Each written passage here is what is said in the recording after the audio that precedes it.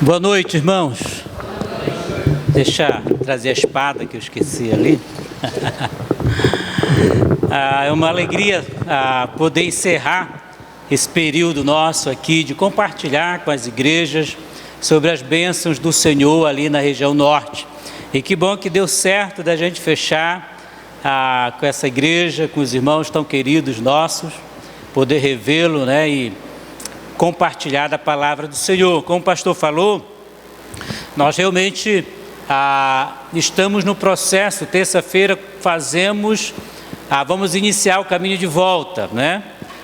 Nós trabalhamos com comunidades ribeirinhas no Amazonas desde 2006, quando nós fomos aqui de São Paulo, né? 2004, 2005 nós estivemos em Atibaia e 2006 voltamos. Desde então já voltamos para trabalhar com comunidades ribeirinhas. Os últimos 2 anos e meio, na verdade desde 2019 até o final do ano passado, nós estávamos no Pará, no seminário Instituto Missionário Palavra da Vida, onde estudamos, onde eu conheci a Beth, onde começou essa história maravilhosa aí da nossa família, essa parceria, né? E estamos juntos para a honra e glória do Senhor trabalhando naquele lugar. Ficamos até final do ano passado dando aula, trabalhando, divulgando a missão ali. Nós trabalhamos com a missão Seara. Eu tenho que deixar claro, porque eu já fui chamado a atenção em casa, para ninguém pensar que eu estou com frango, com presunto, alguma coisa assim, fazendo comercial da Seara. Não, não é essa Seara. Seara significa a nossa, serviço de evangelismo e assistência aos ribeirinhos da Amazônia. Essa é a missão que nós estamos trabalhando, então, desde 2006, e agora estamos nesse processo de volta. Terça-feira vamos até o Pará, vamos participar da celebração dos 30 anos do seminário, sexta, sábado e domingo, e no próximo domingo, 1h dessa, eu já quero estar na Casa Nova. Eu nem conheço, não sei como está, não tem nada montado, né? Mas a essa hora, quando vocês estiverem reunidos aqui, provavelmente é para a gente já ter chegado no Rio Urubu, ali em Itacoatiara, onde nós vamos trabalhar e iniciar uma nova fase de trabalho, de continuidade no trabalho que a gente tem feito ali, tá bom? Eu falei da outra vez bastante, mostrei slide, né? Os slides estão aí, depois os irmãos podem ver, mas isso é um resumo um pouco. E a nossa oração, a nosso pedido de oração é para que os irmãos possam realmente lembrar, a partir de terça-feira. A Beth já está preocupada que não tem espaço em malas, está faltando mala, e eu estou preocupado porque são muitas malas e eu que vou ter que carregar, né? O eterno carregador de mala, 4 mulheres. Está diminuindo uma mala, uma vez que a Gabi já está se virando sozinho lá, né? São 3 filhas, aqui estão 2, a mais velha já está dando prosseguimento ao treinamento teológico dela também lá no Palavra da Vida, também no Pará, e vamos ainda também essa semana poder rever rapidamente, mas vamos poder vê-la, matar um pouco da saudade. Domingo já retornamos para o Amazonas. Muito bem, irmãos, eu realmente queria compartilhar nessa noite algo voltado para aquilo que nós muito vamos nos lembrar durante esse mês. Nós entramos no mês de abril e entramos no mês em que nós vamos celebrar, foi cantado aqui sobre o amor de Deus, que não pode nos separar, né? Aonde nós celebramos a maior expressão desse amor de Deus, tá? A Semana da Paixão, a Semana Santa, que nós celebraremos, né? O momento em que o Senhor demonstrou de uma forma grandiosa os projetos de Deus, os planos de Deus, o amor de Deus por nossa vida. E eu queria compartilhar algo a respeito disso nessa noite, um texto que chamou muita atenção. Eu peço que você possa abrir a sua Bíblia em Mateus 27. Nós vamos ler toda a passagem, Mateus 27, de 45 a 56, para que os irmãos entendam o contexto, mas nós vamos meditar especificamente no versículo 46, que é a única palavra de angústia que Mateus descreve a respeito do sofrimento de Cristo. Nós precisamos entender a grandeza daquilo que aconteceu no Calvário, né? Da grandeza que está por trás do sofrimento. Precisamos ter bases para responder a respeito desse sofrimento, do que implicou, do significado até mesmo destas palavras de Jesus que estão aqui no versículo 46. Mas vamos ler desde o versículo 45 até o 56. Eu vou ler, o texto diz assim: desde a hora sexta até a hora nona, houve trevas sobre toda a terra. Por volta da hora nona, clamou Jesus em alta voz, dizendo: Eli, Eli, lama sabactani, o que quer dizer: Deus meu, por que me desamparaste? E alguns dos que ali estavam ouvindo isto diziam: ele chama por Elias. E logo um deles correu a buscar uma esponja, e tendo-a embebido de vinagre e colocado na ponta de um caniço, deu-lhe a beber. Os outros, porém, diziam: deixa, vejamos se Elias vem salvá-lo. E Jesus, clamando outra vez com grande voz, entregou o Espírito. Eis que o véu do santuário se rasgou em duas partes, do alto a baixo. Tremeu a terra, fenderam-se as rochas, abriram-se os sepulcros, e muitos corpos de santos que dormiam ressuscitaram. E saindo dos sepulcros, depois da ressurreição de Jesus, entraram na cidade santa e apareceram a muitos. O centurião e os que com ele guardavam a Jesus, vendo o terremoto e tudo o que se passava, ficaram possuídos de grande temor e disseram: verdadeiramente este era Filho de Deus. Estavam ali muitas mulheres observando de longe. Eram as que vinham seguindo a Jesus desde a Galileia para o servirem. Entre elas estavam Maria Madalena, Maria, mãe de Tiago e de José, e a mulher de Zebedeu. O versículo 46 é a única expressão daquelas 7 últimas palavras que nós chamamos de palavras de angústias, que Jesus expressou no seu momento em que ele estava na cruz. Mateus registra somente essa expressão: Deus meu, por que me desamparaste? Né? O que está por trás de tudo isso? O que Mateus queria nos ensinar? Qual o significado dessas expressões para nós? Qual a importância disso para nós?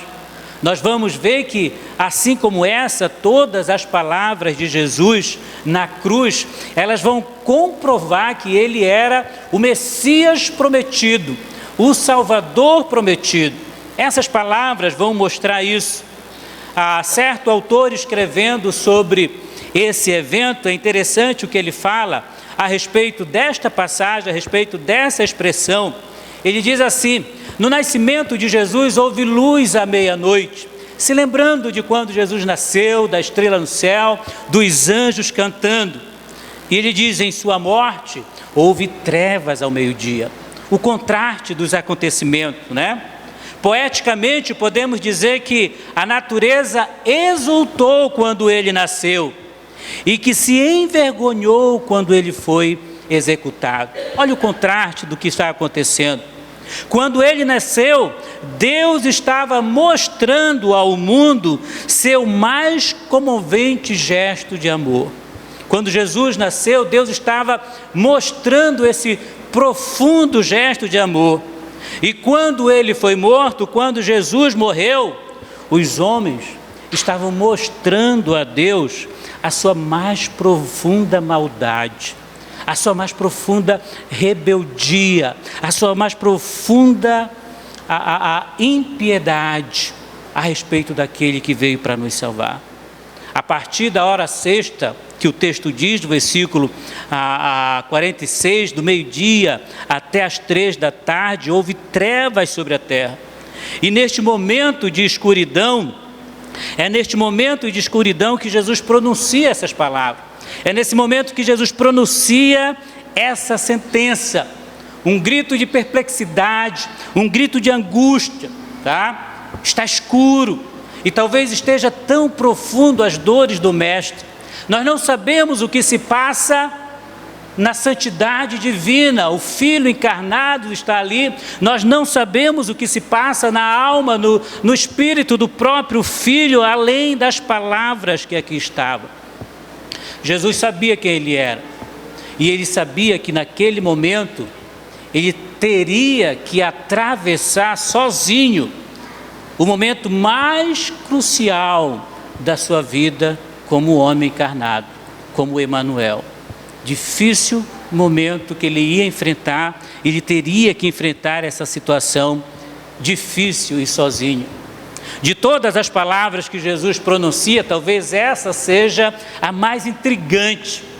Deus meu, por que me desamparaste? Talvez essa seja a que levanta mais questionamento, mais pergunta, mais interrogações.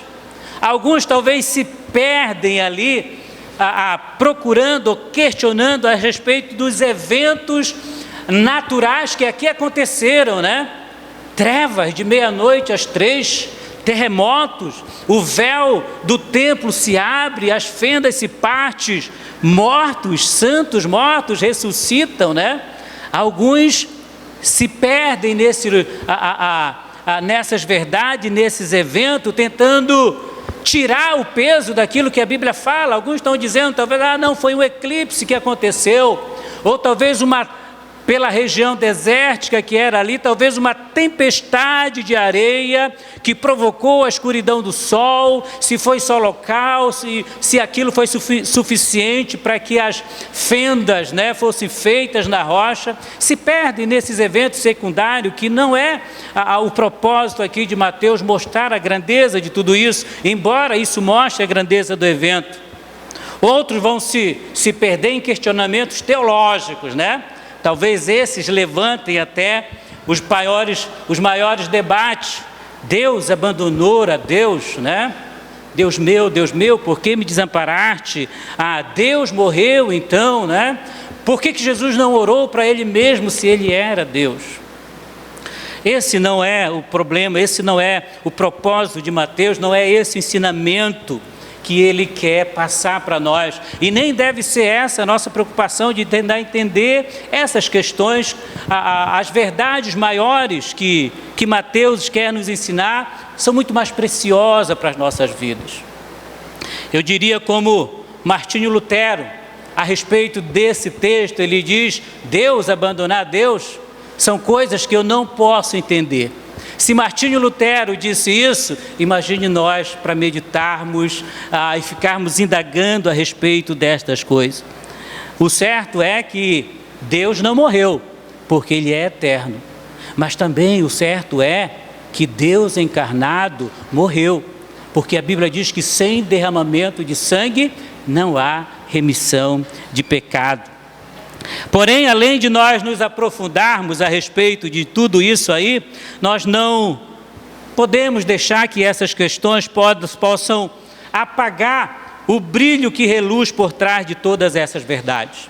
Quando eu estive lendo esse texto, eu me lembrei de um devocional que eu fiz no Pão Diário, onde o autor estava comentando a respeito de pessoas que passaram por momento de escuridão, talvez esses 2 anos.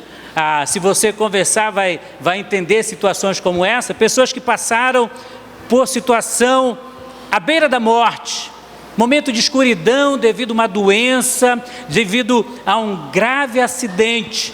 E o autor falou uma frase interessante a respeito de tudo isso, né? Ele diz assim, não esqueça na luz o que você aprendeu nas trevas.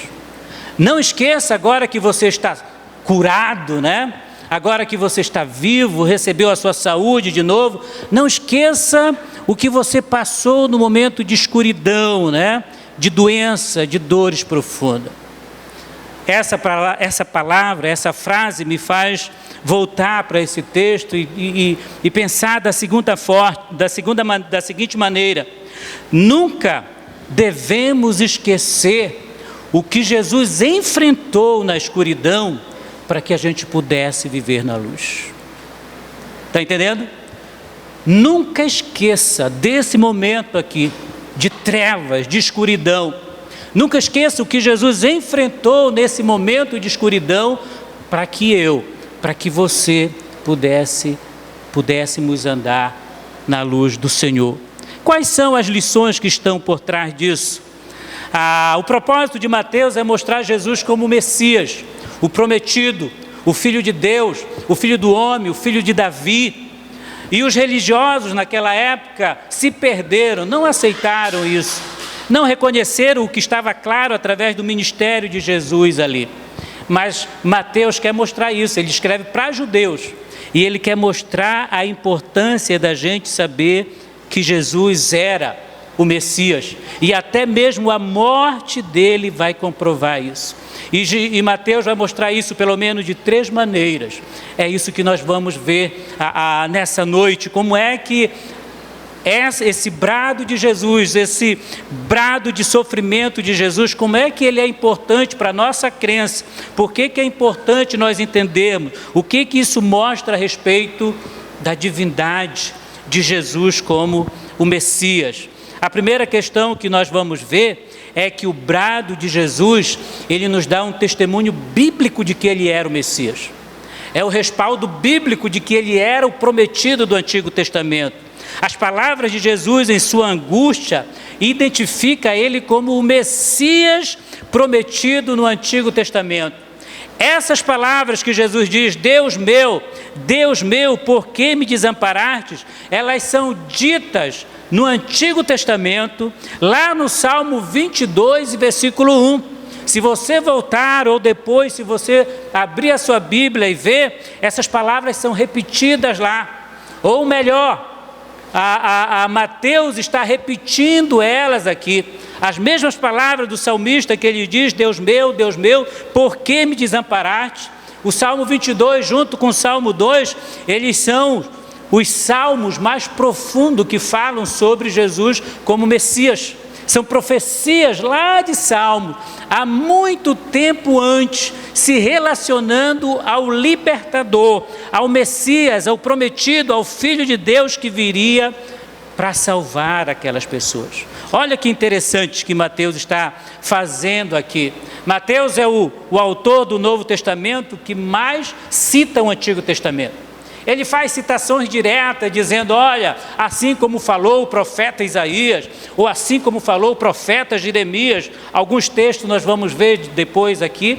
Ele cita muito do Antigo Testamento porque ele quer o quê?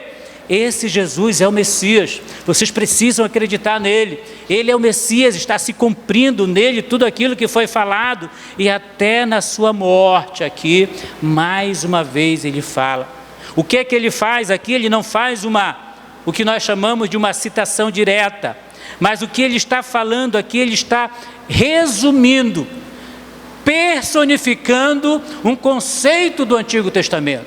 Os judeus esperavam o Messias, o libertador, mas na cabeça dos judeus esse libertador, esse Messias, esse rei que viria, era uma espécie de Davi. Eles esperavam um lutador, eles esperavam um desbravador, alguém que vinha conquistar o Império Romano e tudo mais.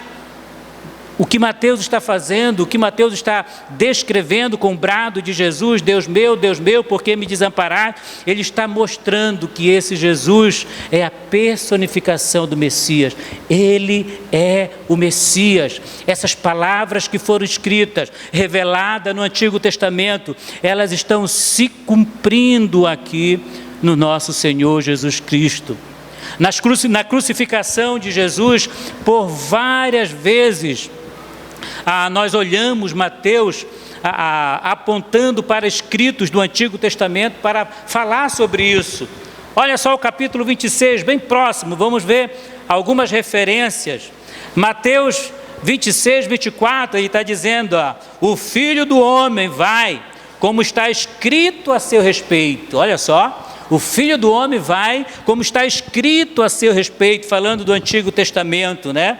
O versículo 31 também, do capítulo 26, então Jesus lhe disse, esta noite todos vós escandalizareis comigo, porque está escrito. Ele fala o que está escrito no Antigo Testamento, O versículo 54, olha só o que está dizendo, quando Pedro defende Jesus, olha o que Jesus diz para ele, versículos 53 e 54 do capítulo 26, acaso pensais que não posso rogar ao meu Pai, e Ele mandaria neste momento mais de 12 legiões de anjos? Aí ele diz, como, pois, se cumpririam as Escrituras, segundo assim deve suceder? Mateus está dizendo, é assim que deve acontecer, é assim que o Messias deve morrer, é assim que deve acontecer com o Messias.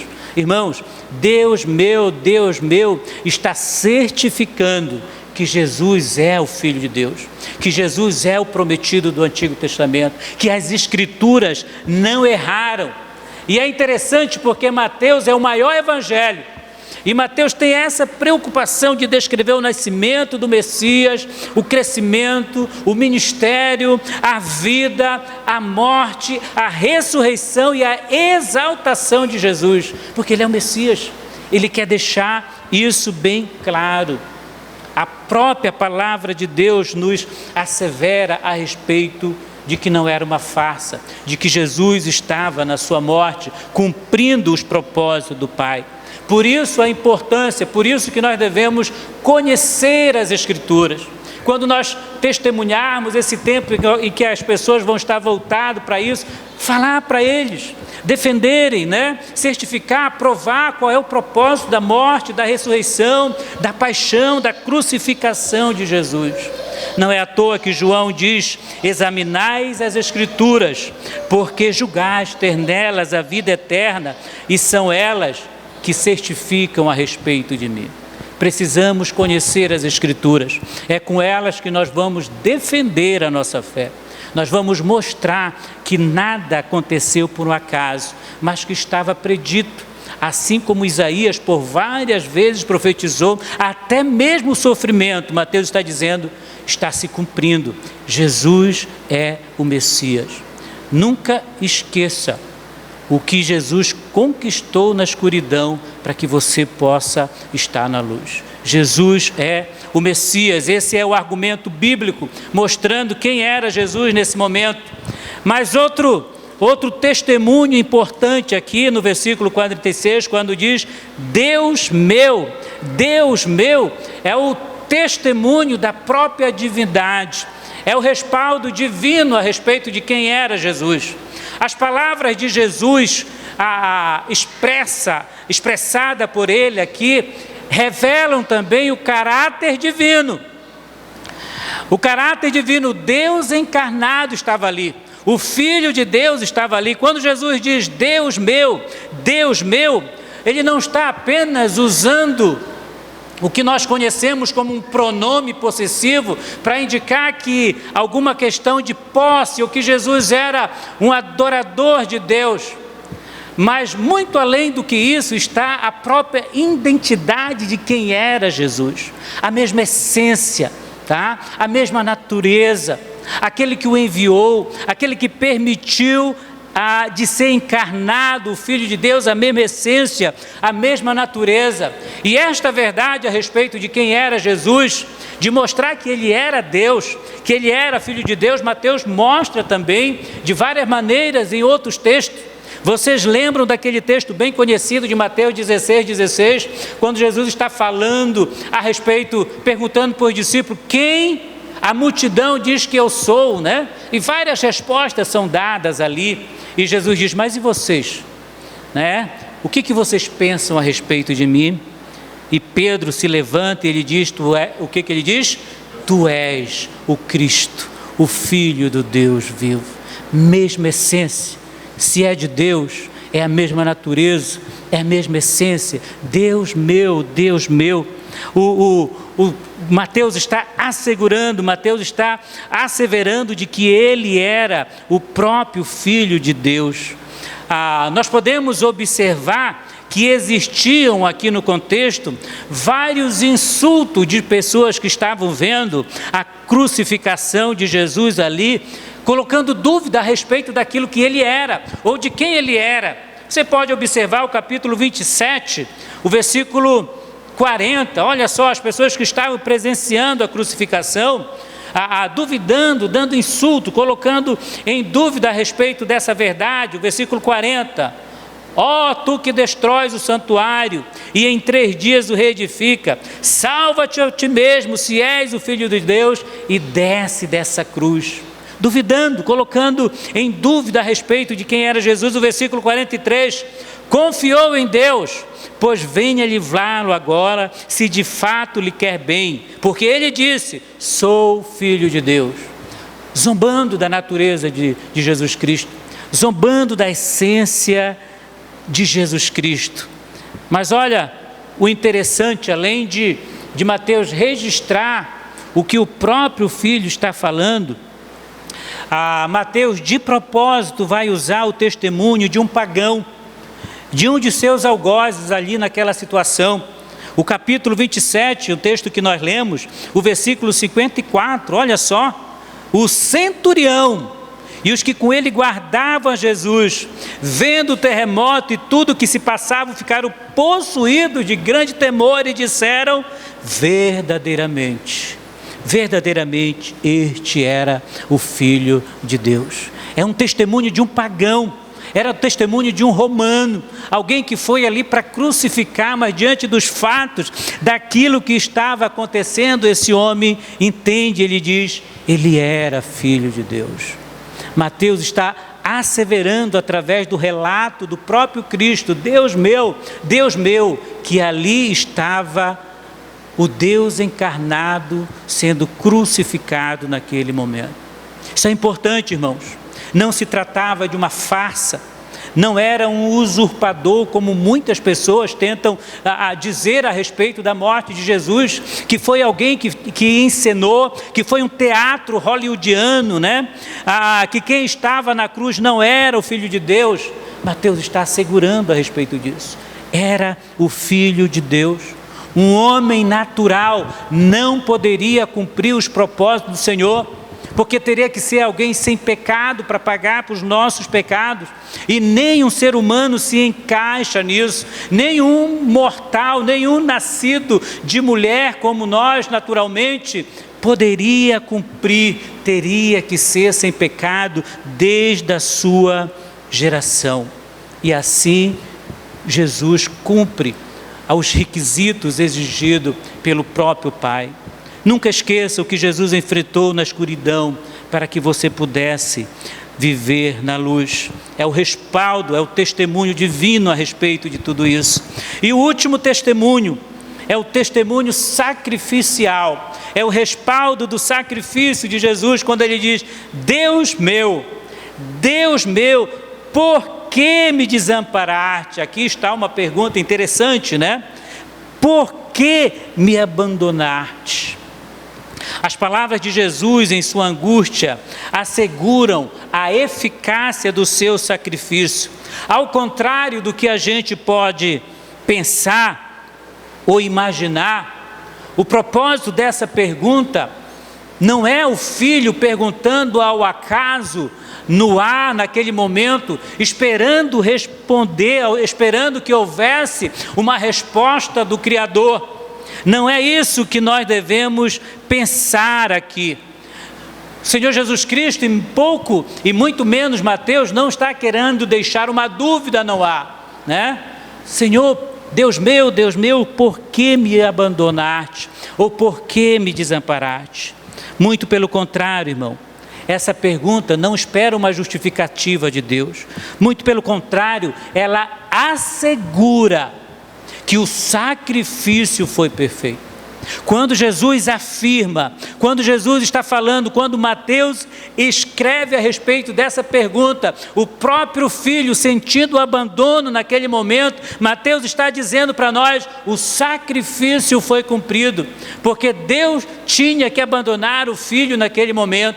E se o filho está expressando, sentindo o afastamento, o pai virando o rosto naquele momento em que o filho estava recebendo todos os nossos pecados, é porque o sacrifício foi aceito, é perfeito. O Cordeiro de Deus foi imolado e agora está aberta as portas para que todo aquele que se arrependa seja aceito pelo Senhor.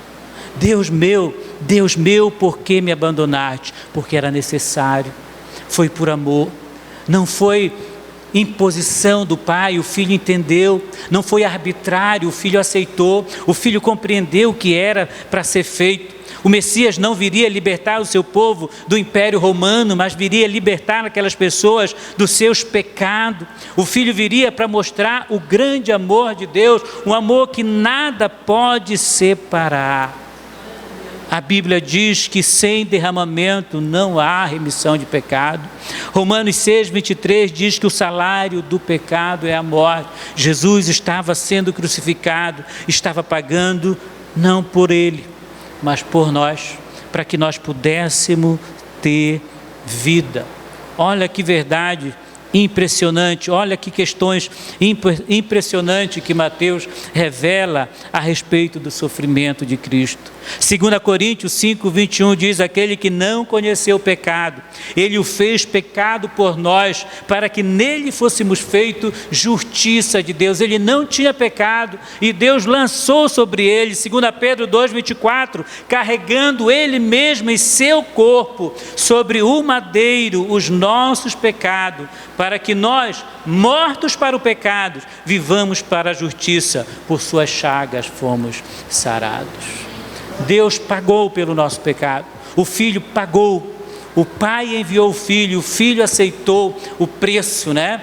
Ele foi perfeitamente Deus, ele foi perfeitamente homem e cumpriu com os propósitos do Senhor para que hoje pudéssemos andar na luz. Nunca esqueça o que Jesus conquistou na escuridão para que você pudesse viver na luz do Senhor. Que possamos lembrar dessas palavras de angústia do Senhor, mas são palavras que expressam verdades fundamentais para a nossa vida. E a primeira dela é que a nossa fé em Cristo como Salvador não é algo vazio, ela tem respaldo bíblico. Desde o Antigo Testamento, tantas e tantas profecias a respeito somente desse momento da vida de Jesus, somente da crucificação. São centenas de profecias a respeito disso. Tem substância.